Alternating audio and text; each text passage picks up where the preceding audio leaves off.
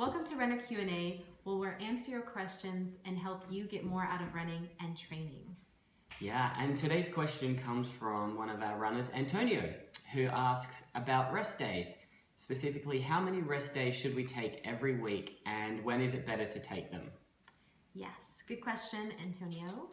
And that's not an easy question to ask because rest days and when to take rest days is very specific to an individual and what you're training for. And I'd say it really boils down to the individual's experience. So the more experience someone has in running, usually the less rest they need in between training sessions.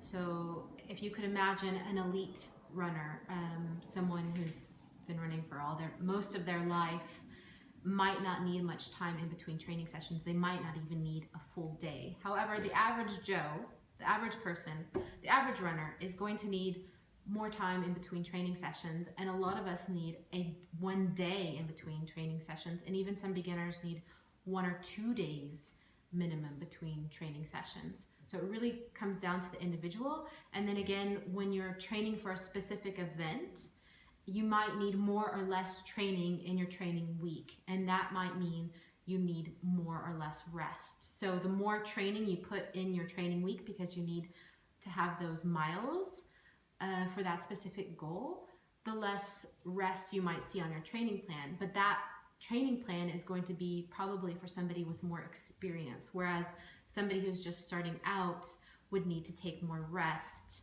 and probably is going for a shorter distance goal, if that makes sense. Yeah, I think that's a good point.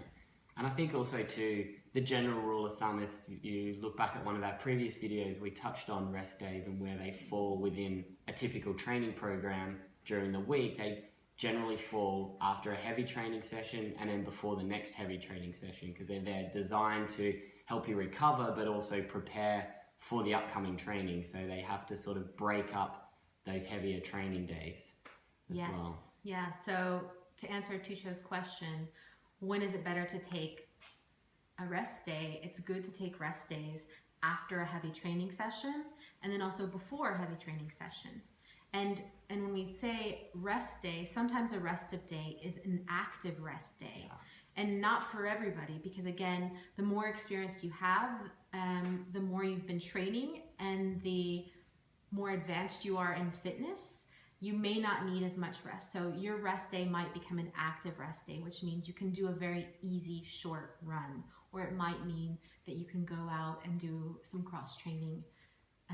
You're being active, but you're still resting your body from the intensity of your hard running workouts, and hard, going back to what we've said before, being a fast, long, of a high intensity, such as intervals or hill training.